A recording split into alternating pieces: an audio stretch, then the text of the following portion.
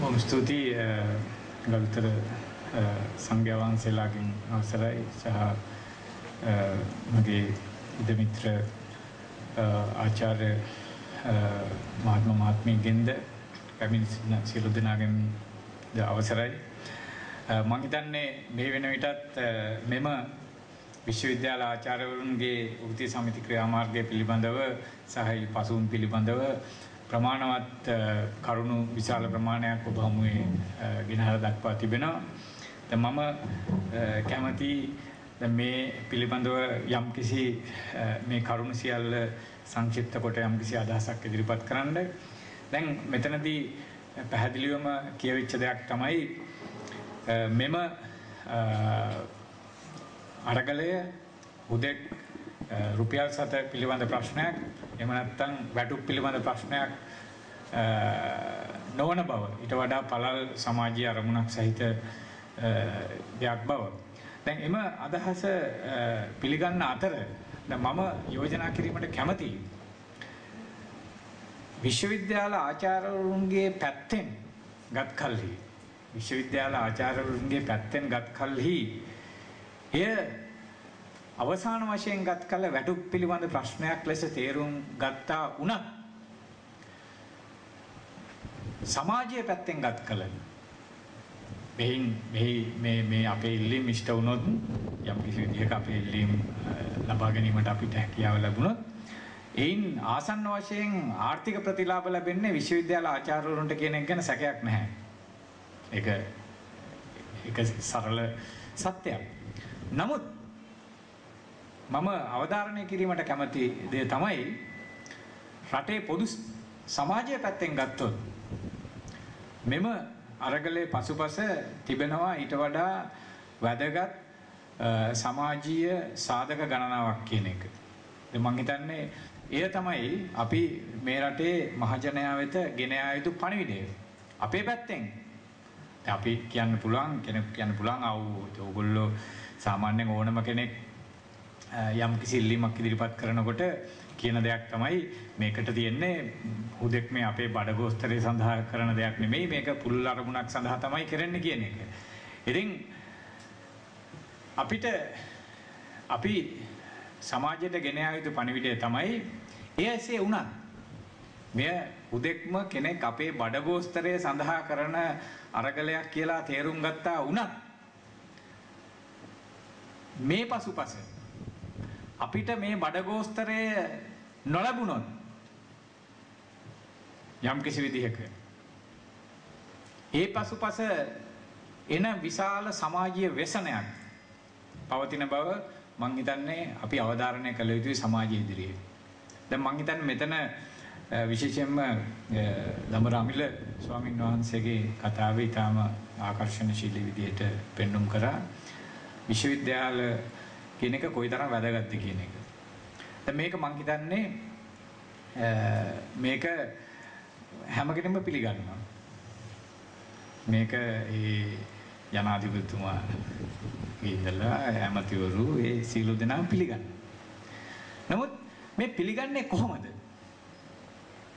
දැන් මෙතන වැදගත් තේරුම් ගත යුතු දෙයක් තමයි ඔව් ඒගොල්ලොත් කියන විශ්වවිද්‍යාල ඕනේ කියලා. විශ්වවිද්‍යාල ඕනේ යනාදී වශයෙන් ප්‍රකාශ කරනවා. නමුත් මෙතන අපි මූලික වශයෙන් ප්‍රකාශ කළ යුතු දෙයක් තමයි මෙතන තිබෙනවා මේ අපේ අරගලය තුල මතුවලා තිබෙනවා විශ්වවිද්‍යාල පිළිබඳ එකිනෙකට ප්‍රතිවිරුද්ධ ආකල්ප දෙකක්. මෙන්න මේක තමයි වැදගත්. ඔව් විශ්වවිද්‍යාල අවශ්‍යයි කියලා දෙපාර්ශ්වයම කියනවා. නමුත් විශ්වවිද්‍යාල වල පැවැත්ම සම්බන්ධයෙන් එකිනෙකට මුළුමනින්ම ප්‍රතිවිරුද්ධ ආකල්ප දෙකක්. ඒ නිසා මෙම අරගලයේ වනාහි විශ්වවිද්‍යාල සම්බන්ධයෙන් එකිනෙකට ප්‍රතිවිරුද්ධ ආකල්ප දෙකක් අතර අරගලයක් විදිහටයි මම මේක හඳුනගන්නේ. මොකක්ද මේ ආකල්ප දෙක? එකක් තමයි පැහැදිලිවම දැන් අපි දැන් මෙතන ඉදිරිපත් කරා දැනුම පිළිබඳ ප්‍රශ්නය. මේක මේ දැනුම කියලා කියන්නේ හුදෙක් මේ අර අපි සාමාන්‍යයෙන් කියනවා මේ කුසලතා ස්කිල්ස් කුසලතා පිළිබඳ ප්‍රශ්නයක් විතරක් නෙමෙයි. මෙන්න මෙතන තමයි ප්‍රශ්නේ තිබෙන්නේ. දැන් මේක මේ පැහැදිලිවම කියන්න පුළුවන් එකක් තමයි මේ ළඟදී මේ ප්‍රශ්නේ පිළිබඳව සාකච්ඡා කරනකොට උසස් අධ්‍යාපන අමාත්‍යාංශයේ ලේකම්තුමා ආචාර්ය සුනිල් ජයන්ත නවරත්න මහත්මයා මට කියපු එකක් තමයි මගේ අධ්‍යයනාංශයේ ඉතිහාසය. මගේ විෂය ඉතිහාසය.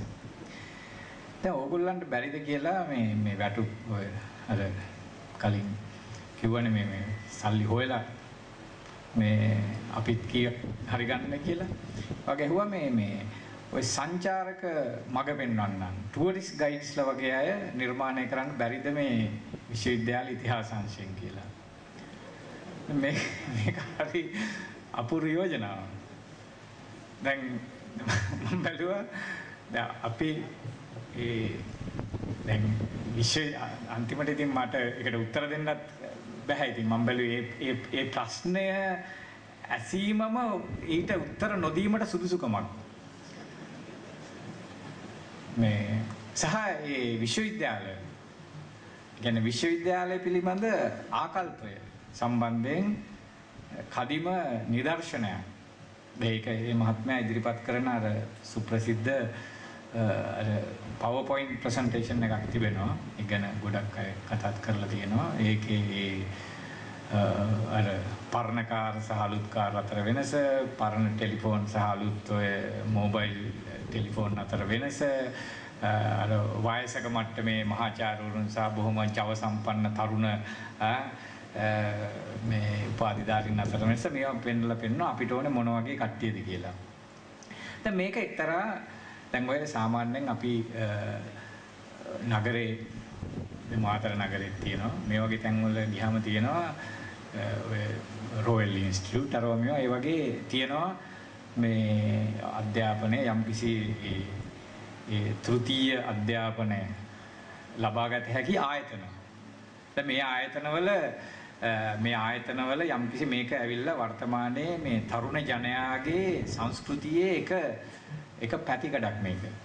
ඒවා තරුණයන් ගැවසෙන විදිහ එයාගේ සංස්කෘතික ජීවිතය ඒ අනාදි වශයෙන් ඒ තියෙනවා. ඒගොල්ලෝ මූලික වශයෙන් කරන්නේ අර වැටුප් මේ රැකියාවක් සඳහා අවශ්‍ය මූලික මේ කුසලතා සහතික ලබා ගැනීම තමයි ඒ ආයතනවල අරමුණ වෙන්නේ.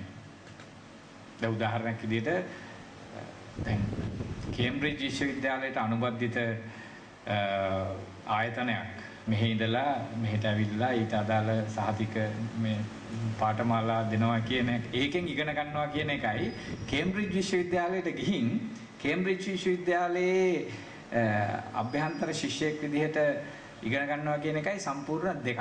ඒක අත්දැකීම් දෙකක්. ඒ වගේ ඒක හරියට අර ටියුෂන් පන්තියක් සහ පාසලක් කියලා අතර තියෙන වෙනස වගේ.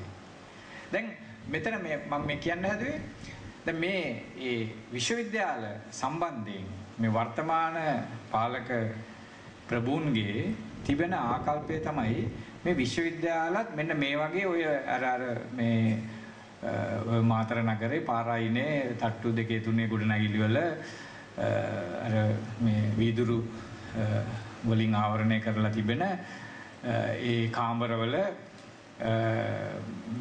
ගිහින් ඉගෙනගෙන ඒ සහතික ලබන ආයතන පද්ධතියක් බවට පත් කරන එක. මෙන්න මේක තමයි විශ්වවිද්‍යාල, ඒ කියන්නේ තුන්වෙනි ලෝකයේ රටවල් වල විශ්වවිද්‍යාල සම්බන්ධයෙන් අපිට කියන්න පුළුවන් නව ලිබරල් ආකල්පය. ඒකේ පැහැදිලිවම තියෙනවා ඔය නව ලිබරල් ආකල්පය කියන එක හැමෝම දන්නවනේ, ගොඩක් අය දන්නවා. හරි. ඒක තමයි ලෝකයේ දැන් ඔය බටහිර රටවල් විසින් නිර්දේශ කරන, කියන්නේ තුන්වෙනි ලෝකයේ රටවල් වලට නිර්දේශ කරන, ප්‍රිස්ක්‍රයිබ් කරන ඩෙවලොප්මන්ට් මොඩල් එක. එතකොට මේකේ තියෙන්නේ මේ වගේ රටවල් වලට මේ සම්භාව්‍ය විශ්වවිද්‍යාල ගැලපෙන්නේ නැහැ. මේ වගේ රටවල් වලට අර අමිලහාමුදුරු අර කිව්වා වගේ අර ගයිගර්ලාගේ සම්භාවනාවටපත් වෙන ඒ වගේ නැත්තම් අනුරාධපුර යුගයේ තිබුණු අබේගිරියේ මහා විහාරයේ ඒවැ තිබුණු ඒ මට්ටමේ ඒ සම්භාව්‍ය අධ්‍යාපනය නැත්නම් ඔක්ස්ෆර්ඩ් කේම්බ්‍රිජ් විශ්වවිද්‍යාලවල තිබුණු ඒ සම්භාව්‍ය විශ්වවිද්‍යාල එක ගැලපෙන්නේ නැහැ.